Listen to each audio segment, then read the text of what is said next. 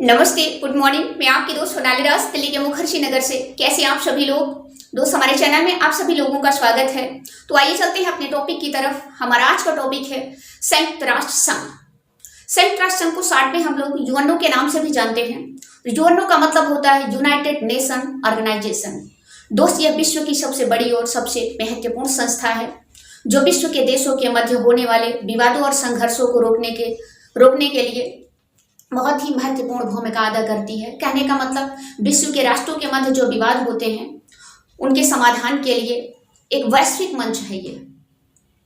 और ये पूरे देश में जो है ये संपूर्ण विश्व में शांति की स्थापना करती है और विश्व में मानवाधिकारों की रक्षा करती है।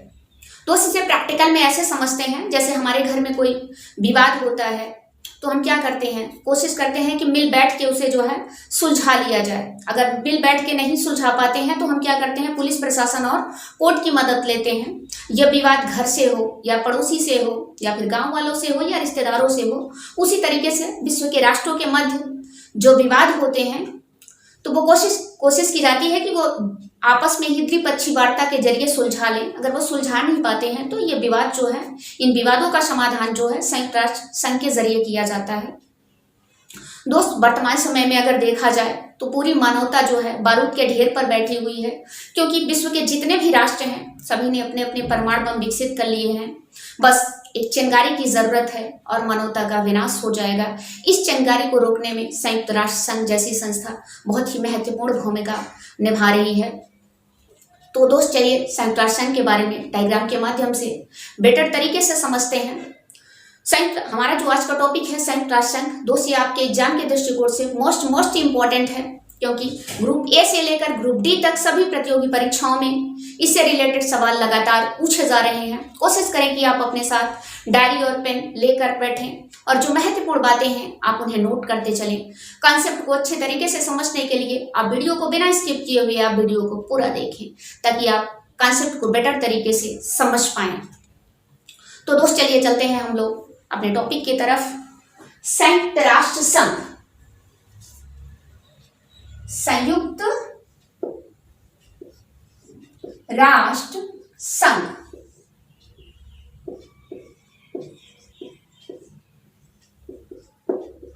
शार्ट में हम लोग इसे यूएनओ के नाम से जानते हैं। किस नाम से जानते हैं दोस्त? शार्ट में इसे तो हम लोग इसे जो है यूएनओ के नाम से जानते हैं। यूएनओ का मतलब क्या होता है?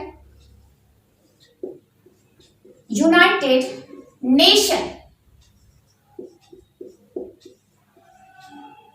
Nation organisation.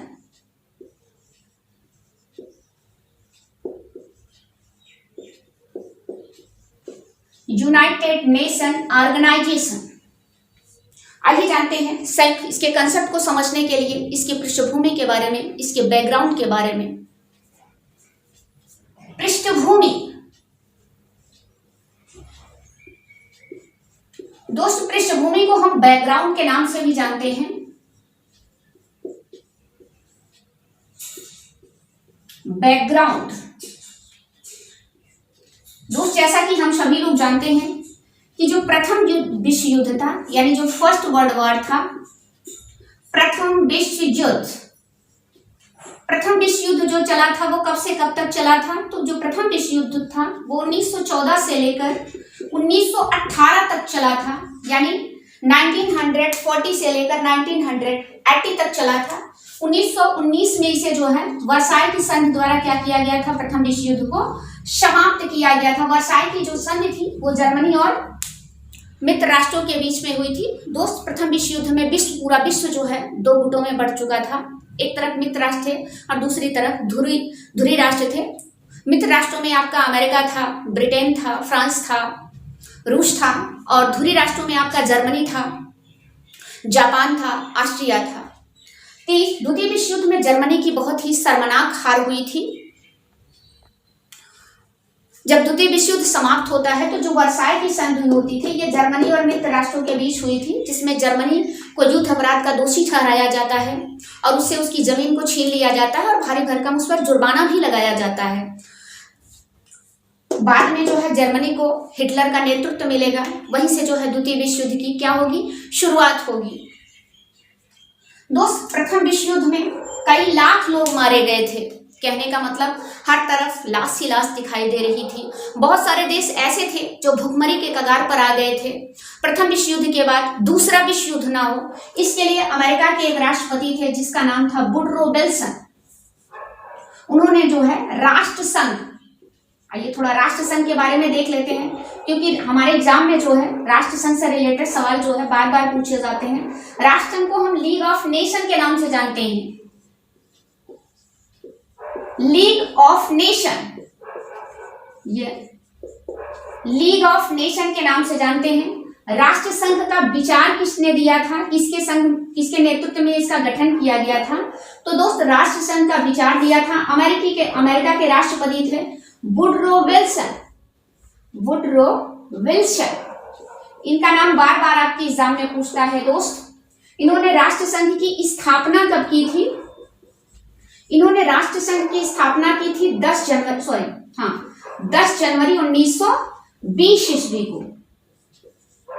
चलिए, ये राष्ट्रसंघ क्यों आया दोस्त अस्तित्व में?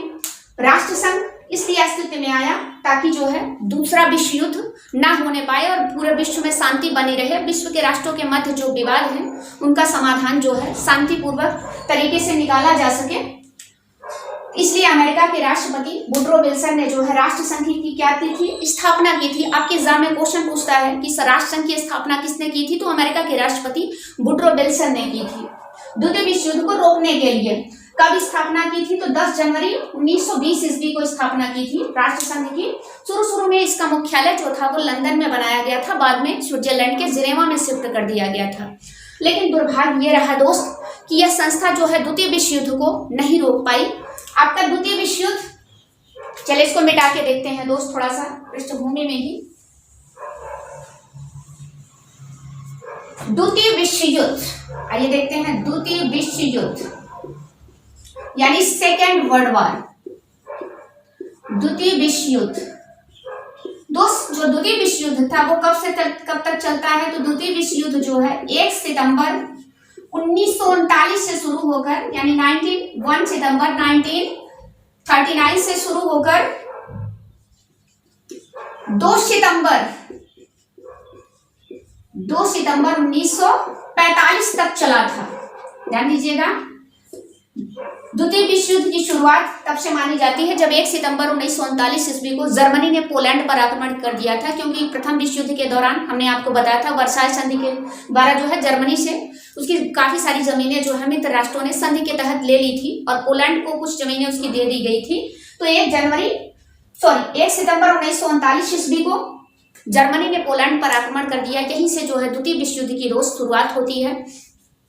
द्वितीय विश्व युद्ध समाप्त होता है 2 सितंबर 1945 ईस्वी को, जब जापान ने अमेरिका के समक्ष, जापान के सम्राट थे हिरोहितो, इन्होंने अमेरिका के समक्ष जो है क्या किया था? आधिकारिक रूप से जो है आत्मसमर्पण किया था। दोस्त, द्वितीय विश्व युद्ध का जो परिणाम था वो बहुत ही भयानक था। कहने का मतलब द्वितीय विश्व युद्ध में विश्व के 70 देशों के लगभग 10 करोड़ लोगों ने भाग लिया था, जिसमें से नागरिक और सैनिक सहित कुल 5 से 7 करोड़ लोग मारे गए थे। यानी चारों तरफ लाश ही लाशें बिछे थी। एक प्रकार से आप कह सकते हैं धन और जन की जो है व्यापक पैमाने पर हानि हुई थी। द्वितीय विश्व युद्ध में जो है अमेरिका के द्वारा जापान के शहर नागासाकी और हिरोशिमा पर जो है 2 परमाणु बम गिराए गए थे। ध्यान दीजिएगा दोस्त, यहां से भी एग्जाम में क्वेश्चन पूछ लेता है। चलिए, कॉन्सेप्ट बनाने के लिए बहुत ज्यादा अंतर तक नहीं जाते हैं, क्योंकि फर्स्ट और सेकंड पार्ट पर जो है हमें अलग से वीडियो बना देंगे। कॉन्सेप्ट बनाने के लिए बस थोड़ा सा यहाँ पे ध्यान दीजिएगा। अमेरिका ने जापान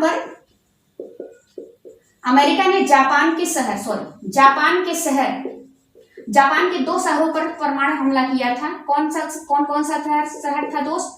हिरोशिमा, वो था हिरोशिमा और नागासाकी।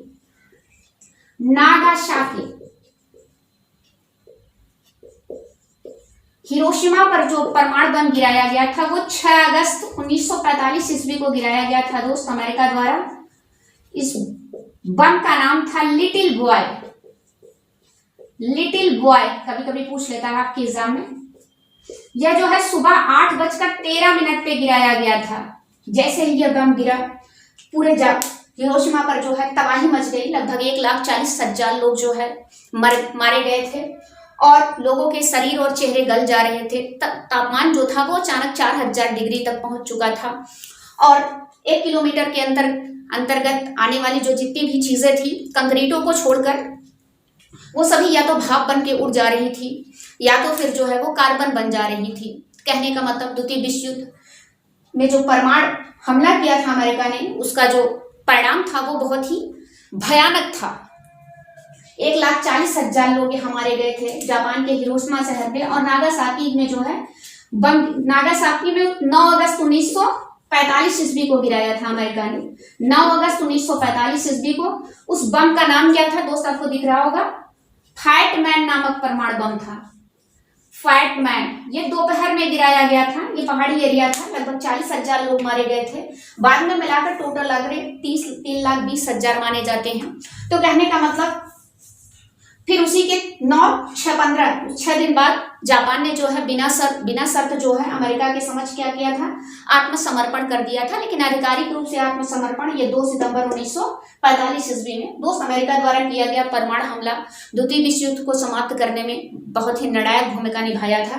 कहने का मतलब यदि विश्व के देशों के मध्य आगे अगर परमाणु युद्ध होता है तो संपूर्ण मानवता का विनाश हो जाएगा।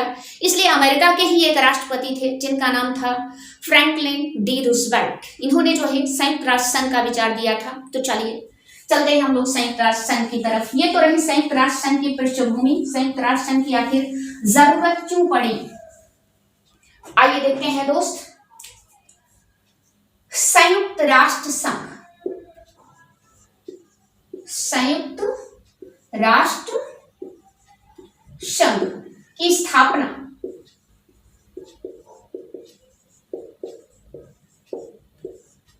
दोस्त, संयुक्त राष्ट्र संघ की स्थापना का जो विचार था, आपके एग्जाम का मोस्ट इंपॉर्टेंट क्वेश्चन, वो अमेरिका के राष्ट्रपति थे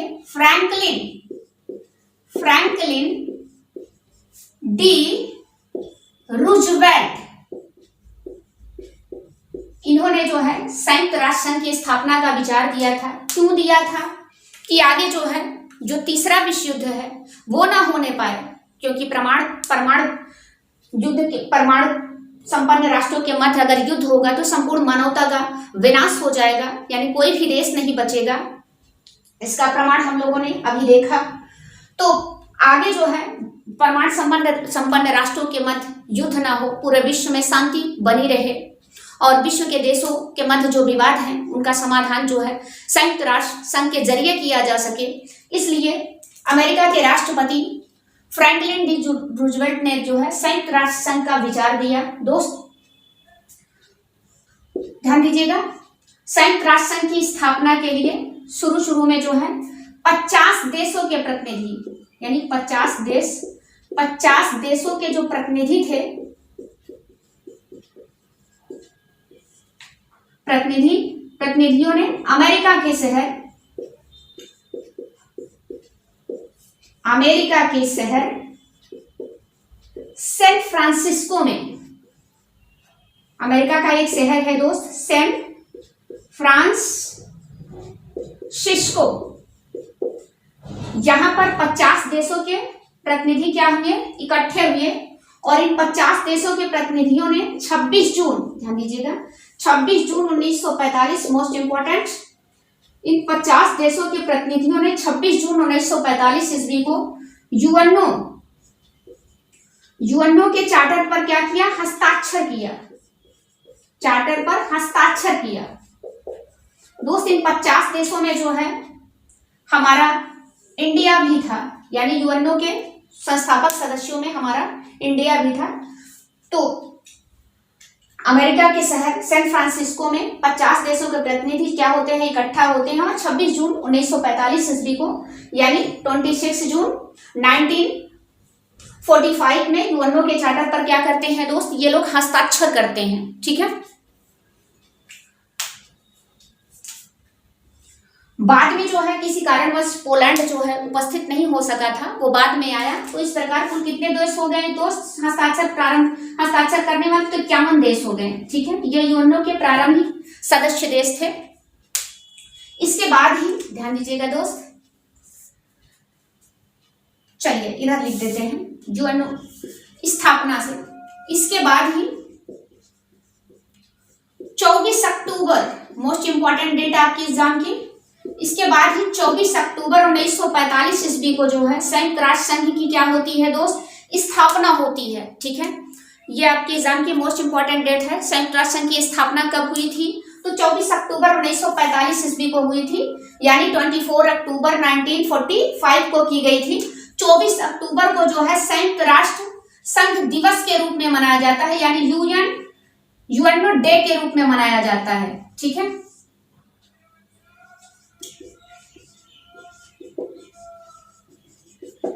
यानी 24 अक्टूबर को किस दिवस के रूप में मनाया जाता है? संयुक्त राष्ट्र स्थापना दिवस के रूप में क्या किया जाता है दोस्त? मनाया जाता है। यहां तक की चीजें आपको बेहतर तरीके से समझ में आ गई होंगी। तो आगे चलते हैं हम लोग दोस्त, यहाँ क्योंकि यहाँ पे जगह नहीं है। अब सवाल ये आता है कि संयुक्त राष्ट्र जैसी संस्था को बनाया कहाँ जाए दोस्त? तो ध्यान दीजिएगा, अमेरिका के ही एक व्यक्ति थे, जॉन रॉक डी फेलर। इन्होंने जो है अमेरिका के मैनहट्टन द्वीप, एक टापू था, मैनहट्टन द्वीप पर जो है अपनी 17 एकड़ की जमीन दान में दे दी। आप समझ सकते हैं कि एकड़ में 5 बीघा। इन्होंने जो है इस विश्व की कल्याणकारी संस्था के लिए अपनी 17 एकड़ जमीन क्या की थी? दान कर दी थी। कहां पर जो है दान की थी? अमेरिका के न्यूयॉर्क शहर के मैनहट्टन द्वीप पर। ठीक है, वर्तमान समय में यूएनओ का जो मुख्यालय है, संयुक्त राष्ट्र संघ का जो मुख्यालय है, वो यहीं पे है, अमेरिका के न्यूयॉर्क शहर में ही बनाया गया है दोस्त। इन्होंने, ये बहुत ही महान व्यक्ति थे, जिन्होंने जो है जॉन रॉक डी फेलर, इन्होंने जो है अमेरिका के न्यूयॉर्क शहर के मैनहट्टन द्वीप पर अपनी 17 एकड़ जमीन संयुक्त राष्ट्र संघ संस्था के लिए क्या कर दी थी? दान कर दी थी दोस्त। तो संयुक्त राष्ट्र संघ का जो मुख्यालय है, आपके एग्जाम में बार बार क्वेश्चन पूछता है, संयुक्त राष्ट्र संघ का मुख्यालय कहाँ है? तो दोस्त संयुक्त राष्ट्र संघ का मुख्यालय जो है अमेरिका के न्यूयॉर्क शहर के मैनहट्टन द्वीप पर है। मैनहट्टन, कभी कभी जो है न्यूयॉर्क शहर ना पूछकर मैनहट्टन द्वीप पूछ लेता है आपको फंसाने के लिए। तो दोस्त अमेरिका के न्यूयॉर्क शहर के मैनहट्टन द्वीप पर बनाया गया है। अगर मैनहट्टन द्वीप नहीं है तो न्यूयॉर्क शहर। ठीक है, यूएनओ का मुख्यालय अमेरिका के न्यूयॉर्क शहर में बनाया गया है। तो दोस्त जाहिर सी बात है, यहाँ की तक की चीजें आपको अच्छे तरीके से क्लियर हो गई होंगी दोस्त। तो हम लोग आगे चलते हैं। आगे क्या है, आइए देखते हैं संयुक्त राष्ट्र संघ के सदस्यों की संख्या, सदस्य देश के बारे में थोड़ा सा देख लेते हैं दोस्त। यहाँ से आपके एग्जाम में जो है सवाल पूछे जाते हैं कि संयुक्त राष्ट्र संघ में जो है सदस्य देशों की संख्या कितनी है। ठीक है, संयुक्त राष्ट्र संघ में यानी यूएनओ में 60 में लिख दे रहे हैं। यूएनओ की सदस्य संख्या, संयुक्त राष्ट्र संघ की सदस्य संख्या, यूएनओ की सदस्य संख्या। ठीक है, यूएनओ की अगर हम सदस्य संख्या की बात करते हैं दोस्त, तो वर्तमान समय में यूएनओ में कुल कितने देश हैं? तो वर्तमान समय में यूएनओ में कुल 193 देश हैं। जो 193 नंबर का देश है वो कौन सा है दोस्त? जो 193 नंबर का देश है वो है दक्षिणी सूडान। आपके एग्जाम में पूछ लेता है कि 193 नंबर का देश कौन सा है, तो ये दक्षिणी सूडान है दोस्त। ये एक मुस्लिम कंट्री है। दक्षिणी सूडान की जो राजधानी है वो है जुबा,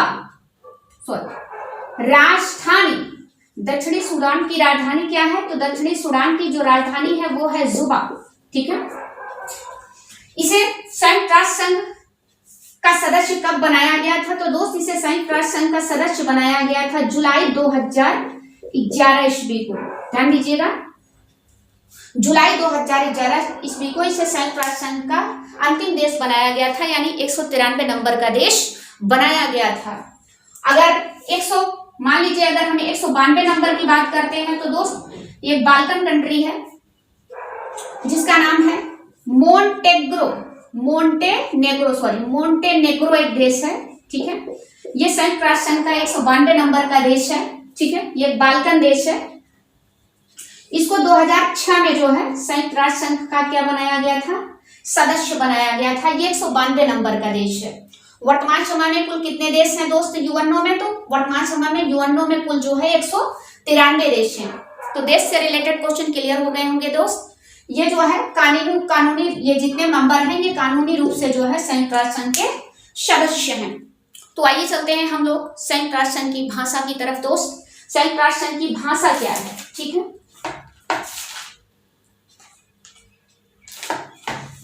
संयुक्त राष्ट्र संघ की भाषा की तरफ, इसकी भाषा क्या है?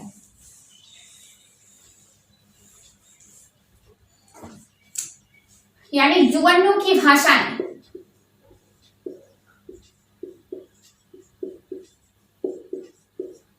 यानी यूएनओ की लैंग्वेज क्या है दोस्त? आइए देखते हैं।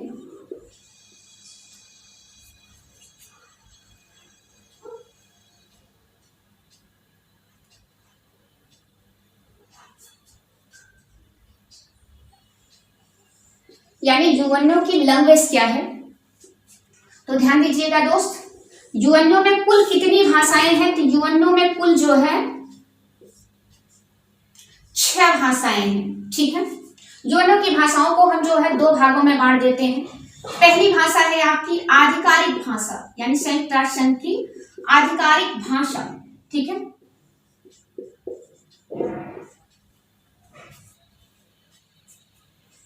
और दूसरी भाषा जो है वो है कार्यकारी भाषा या कामकाजी भाषा। इसे कामकाजी भाषा कह लेते हैं हम लोग। कामकाजी भाषा या कार्यकारी भाषा भी इसे हम कह सकते हैं दोस्त। इसे हम वर्किंग लैंग्वेज कहते हैं, वर्किंग लैंग्वेज।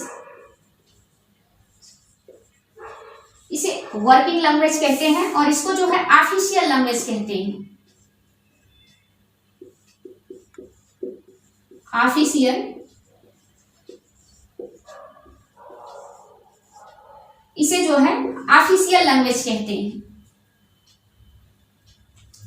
आधिकारिक भाषा की जो संख्या है वो 6 है। आइए देखते हैं दोस्त, वो 6 भाषाएं कौन कौन सी हैं। यूएनओ की जो 6 भाषाएं हैं वो है चीनी, रूसी, दूसरे नंबर पे है आपकी रूसी, स्पेनिश, अरबी, फ्रेंच, अंग्रेजी। ध्यान दीजिएगा दोस्त, ये यूएनओ की जो है कुल 6 भाषाएं हैं, यूएनओ की आधिकारिक भाषाएं हैं। आपके एग्जाम में यहां से क्वेश्चन जरूर पूछता है कि वर्तमान समय में यूएनओ में कुल कितनी भाषाएं हैं। तो कुल 6 भाषाएं हैं, ये तो क्लियर हो गया। और वो 6 भाषाएं कौन कौन सी हैं दोस्त? वो 6 भाषाएं हैं चाइनीज, चीन की भाषा चाइनीज है, जिसे हमने चीनी लिख दिया है। रूस की रशियन है यानी रूसी, चीनी, रूसी, स्पेनिश, अरबी, फ्रेंच और अंग्रेजी। यही 6 भाषाएं हैं जो यूएनओ की आधिकारिक भाषाएं हैं। ध्यान दीजिएगा दोस्त, जब यूएनओ की स्थापना हुई थी शुरू में 4 ही भाषाएं थी। ये स्पेनिश और अरबी भाषा को जो है 1973 में जोड़ा गया है। तो कुल मिलाकर वर्तमान में कुल यूएनओ की 6 भाषाएं हैं। और ध्यान दीजिएगा, चीन की जो चाइनीज भाषा है, चीन की जो भाषा है वो मंदारिन, वो विश्व की सबसे ज्यादा बोली जाने वाली भाषा है। और दूसरे नंबर पे आपकी अंग्रेजी भाषा है जो कि इंटरनेशनल लैंग्वेज है। और तीसरे नंबर पे हमारी हिंदी आती है, ठीक है। और आधिकारिक भाषा की बात करते हैं, यूएनओ का कामकाज किस भाषा में होता है या कार्यकारी भाषा कौन है, यानी वर्किंग लैंग्वेज कौन सा है दोस्त? तो यूएनओ की जो कार्यकारी भाषा है वो 2 ही भाषा है, वो है अंग्रेजी और फ्रेंच जो है वो फ्रांस की भाषा है दोस्त, ठीक है। यूएनओ की भाषा से रिलेटेड क्वेश्चन आपके क्लियर हो गए होंगे दोस्त। तो आइए चलते हैं हम लोग यूएनओ के ध्वज के बारे में, ठीक है, यूएनओ के झंडे के बारे में देखते हैं दोस्त। आप इसकी चाहे तो स्क्रीनशॉट लेते चलिएगा क्योंकि जगह नहीं बच रही है, इसलिए हमको मिटाना पड़ रहा है। चलिए, यूएनओ के ध्वज के बारे में देखते हैं। ध्वज का मतलब झंडा, ठीक है, फ्लैग। यूएनओ के फ्लैग के बारे में देखते हैं दोस्त। चलिए, कला बनाना तो मुझसे भी नहीं आता, फिलहाल बना देते हैं आपको समझने के लिए, थोड़ा सा जितने में आपको समझ में आ जाए, ठीक है दोस्त। ये रहा यूएनओ का फ्लैग, ठीक है। यूएनओ के फ्लैग की जो पृष्ठभूमि है, ध्यान दीजिएगा दोस्त, इसकी जो पृष्ठभूमि है यानी जो बैकग्राउंड है वो है हल्का नीला। आपके एग्जाम में क्वेश्चन पूछा हुआ है यूएनओ की पृष्ठभूमि कैसी है, तो हल्का नीला है, ठीक है, हल्के नीले रंग की है यूएनओ की झंडे की जो पृष्ठभूमि। और बीच में ध्यान दीजिएगा वृत्ताकार में जो है, बीच में जो है सफेद रंग में यूएनओ का मानचित्र बना हुआ है। किस रंग में है दोस्त? सफेद रंग में, ठीक है। सफेद रंग जो है यहाँ पर शांति का प्रतीक है, ध्यान दीजिएगा। यूएनओ में जो सफेद रंग झंडे के बीच में जो विश्व का मानचित्र बना है वो सफेद रंग में है, ठीक है। सफेद रंग जो होता है यहाँ पे, सफेद रंग का मतलब शांति है, ठीक है। सफेद रंग में विश्व का मानचित्र है, ठीक है, विश्व का मानचित्र बना हुआ है, ठीक है। और दोस्त इसके इसी मानचित्र के किनारे किनारे जो है ये जैतून की शाखाएं हैं, ध्यान दीजिएगा क्या है दोस्त, तो जैतून की जो है शाखाएं हैं। ये आप देख लीजिएगा, मुझसे कला बनाना नहीं आता है, इसे मान लेते हैं जैतून की शाखाएं हैं। ये जो है यूएनओ में मजबूती का प्रतीक है, ठीक है दोस्त। ये यूएनओ में किसका प्रतीक है? तो यूएनओ में ये मजबूती का प्रतीक है। ये जो शाखाएं हैं आप देख रहे हैं नीचे की तरफ बंद है और ऊपर की तरफ खुली हुई है, ठीक है। इसका मतलब जैतून की जो शाखाएं हैं वो नीचे की तरफ बंद है, ऊपर की ओर क्या हुई है? खुली हुई है। तो दोस्त इसका मतलब ये होता है कि कोई भी नया देश यदि संयुक्त राष्ट्र संघ का सदस्य बनना चाहता है तो उसके लिए रास्ता हमेशा खुला रहेगा। वो संयुक्त राष्ट्र संघ की शर्तों को मानकर जो है संयुक्त राष्ट्र संघ का सदस्य बन सकता है, ठीक है। तो यूएनओ के झंडे से रिलेटेड चीजें आपको समझ में आ गई होंगी दोस्त। यूएनओ का झंडा जो है उसकी जो पृष्ठभूमि है पूरे झंडे की वो हल्के नीले रंग की है, बीच में विश्व का मानचित्र बना हुआ है सफेद रंग का, सफेद शांति का प्रतीक है। और दो जैतून की शाखाएं हैं जो वक्राकार में निकली हुई हैं। जैतून की शाखाएं जो है यूएनओ के मजबूती का प्रतीक है। ये नीचे से बंद है और ऊपर से खुली हुई है। इसका मतलब ये होता है कि यूएनओ के कोई भी नया देश यूएनओ का सदस्य बनना चाहता है तो उसके लिए रास्ता हमेशा क्या होगा? खुला रहेगा, ठीक है। ध्वज के बारे में चीजें आपको क्लियर हो गई होंगी दोस्त। आइए चलते हैं हम लोग थोड़ा सा यूएनओ के महासचिव के बारे में, जो कि मोस्ट इंपॉर्टेंट है। यूएनओ के महासचिव,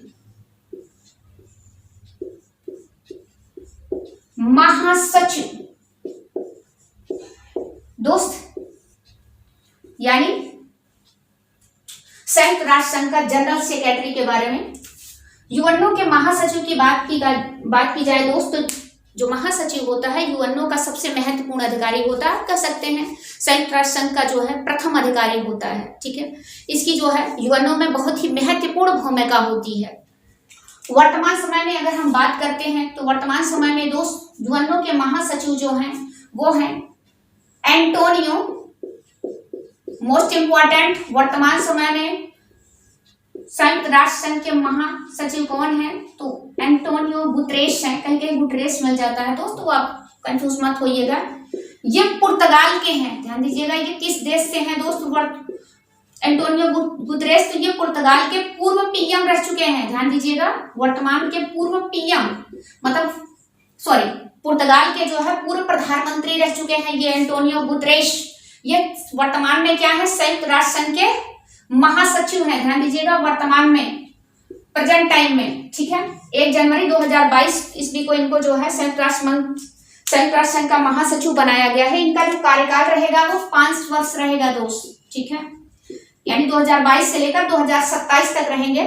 इससे पहले इनका कार्यकाल जो है 2017 से था, 2022 में समाप्त हो गया था, तो दोबारा इनको बनाया गया है महासचिव दोबारा भी चुना जा सकता है। तो इनका जो कार्यकाल वर्तमान समय में है वो 1 जनवरी लिख ही देते हैं यहाँ पे दोस्त, क्योंकि अगर करंट का है तो एग्जाम में जरूर पूछेगा।